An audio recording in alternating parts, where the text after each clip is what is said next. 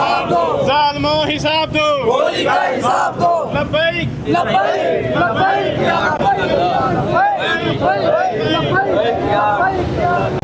अस्सलाम वालेकुम नाज़रीन, मैं हूं आपका होस्ट अहमद फरीद। आज मैं सिविल सेक्रेटरीट के बाहर खड़ा हूं जहां पर मुख्तलिफ वकला आके एहतिजाज कर रहे हैं। आइए पूछते हैं उनसे उनके एहतिजाज करने की क्या वजह है।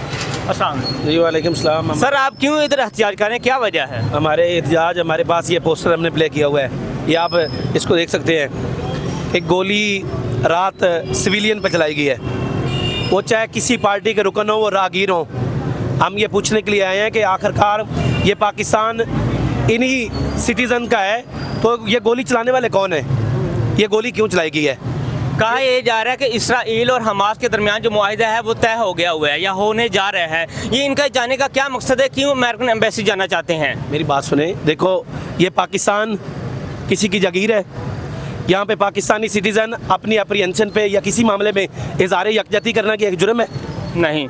ये क्या अगर जुर्म है कि मैं रोड पे मार्च करता हूँ, ये मेरा कॉन्स्टिट्यूशनल पुरअमन मार्च है, मेरा कॉन्स्टिट्यूशनल राइट है, क्या ये जुर्म है कि मैं रोड पे निकला हूँ? ये मुझे वो रीज़न बता दें कि मैं कोई बसमार करना चाहता हूँ या मेरे को ऐसी क्या वो हरकत है, गोली चलाने की वजह क्यों बनी है आपको? आपने क्यों रोका है इस पुरअमन मुजाहरे को? पूरे पाकिस्तान को सीज़ किया गया है, क्यों किया गया है? हम यही पूछने के लिए लिख रहे हैं कि रात आपने 1300 के करीब इस वक्त अभी वो लाशें भी नहीं मिल रही। वो सिविलियन का क्या कसूर है, गोली चलाने की वजह क्यों बनी है? वो 2000 से अब तादाद है, ये तो अभी किसी को मालूम ही नहीं है कि कितने लोगों को गोलियां, कितने लोग इन्होंने नाशे तक इन्होंने गजब कर दी हैं। हम ये पूछने के लिए निकले हैं, आखिर क्या मसला है? क्या जुर्म है फ़लस्तीन का इज़हार करना? फ़लस्तीन के साथ इज़हार यकजहती किया, ये ऑफेंस है? क्या ये स्टेट के खिलाफ कोई हमने को बगावत का ऐलान कर दिया है या वो सिविलियन ने क्या बगावत का ऐलान किया है? ये बता सकते हैं? ये chief of army staff Trump को तो नोबेल का अवार्ड देने जा रहे थे आप, लेकिन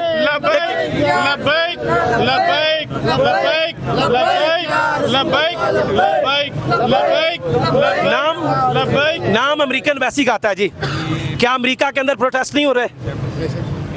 क्या पाकिस्तान की टेरिटरी के अंदर इन सड़कों के अंदर हम पीसफुल प्रोटेस्ट नहीं कर सकते?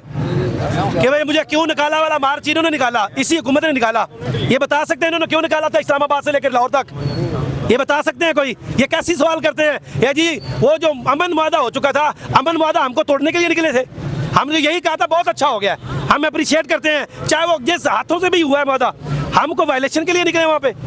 ये सवाल है आखिरकार ये गोली चलाने की वजह क्यों बनी? सर, अगर क्रैकडाउन इसी तरीके से चलता रहा तो फिर वकला का अगला लाहे अमल क्या होगा? इंशाल्लाह जी अगला लाहे अमल ना तो हम पाकिस्तान बनाने वालों की औलादों में से हैं, हम किसी गद्दार कादियानियों की पैदावार ये पहले डॉक्टर अब्दुल कदीर इस सिस्टम ने मारा, ये भी चीफ ऑफ आर्मी स्टाफ उस वक्त भी था, और तुमने इतने हीरे गवा दिए। ये कौम आखिरकार जागेगी, आखिरकार जुल्म जितना बढ़ता है मिट जाता है इंशाल्लाह।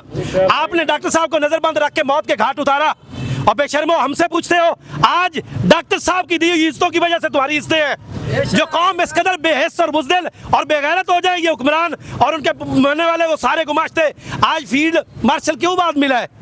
आज ये डॉक्टर साहब के खून की बरकतें हैं। डॉक्टर साहब को जिंदगी में मौत के घाट उतारने वाले आज हमसे पूछते हैं कि सड़कों पे आप क्यों निकले? ये हमारा जुर्म है?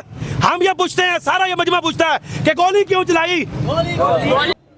तो जी नाज़रीन, मेरे साथ एक और वकील मौजूद हैं, उनसे पूछते हैं कि इनका एहतिजाज करने का मकसद क्या है और यहाँ पर क्यों निकले हुए हैं। अस्सलाम वालेकुम। सर, क्यों एहतिजाज कर रहे हैं, क्या वजह है? सर, फ़लस्तीन के हक़ में तहरीक लब्बैक ने एक पीसफुल प्रोटेस्ट की कॉल दी कि जो फ़लस्तीन पे जुल्म और यकजहती के लिए उनके लिए जो कॉल दी, उस कॉल पे जो है सब दोस्त इकट्ठे हुए और एक पीसफुल प्रोटेस्ट करने जा रहे थे। उस पे इन्होंने एक अंधाधुन फायरिंग और जुल्म की एक नई दास्तान लिख दी।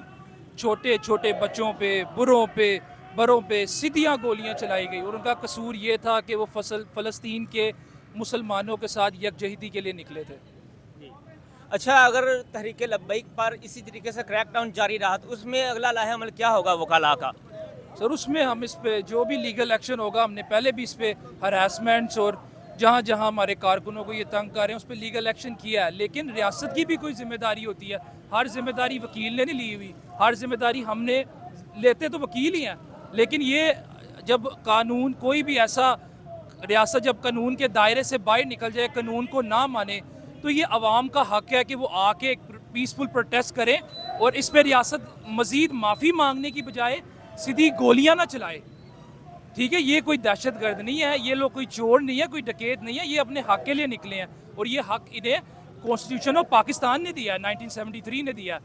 आप ये रियासत की जिम्मेदारी होती है कि वो लोगों को प्रोटेक्ट करे, उनके बच्चों को प्रोटेक्ट करे, उनके घर को प्रोटेक्ट करे। आप घर घुस के लोगों की बेटियां उठा लें, लोगों की बच्चियां दूध पीती उठा लें और आप कहें कि जी हम जो है वो बहुत सही कर रहे हैं। हम जब फ़लस्तीन की बात करें हम नेशनल हीरो, जब कोई गरीब बंदा फ़लस्तीन की बात करे तो वो उसको मार दो, उसको ख़त्म कर दो। फ़लस्तीन के हवाले से और तहरीक लब्बैक के हवाले से आप मुकम्मल सपोर्ट करने के लिए तैयार हैं इस टाइम? सर हम हर तरह से अपना जान माल हर चीज़ फ़लस्तीन पे कुर्बान करने को तैयार है।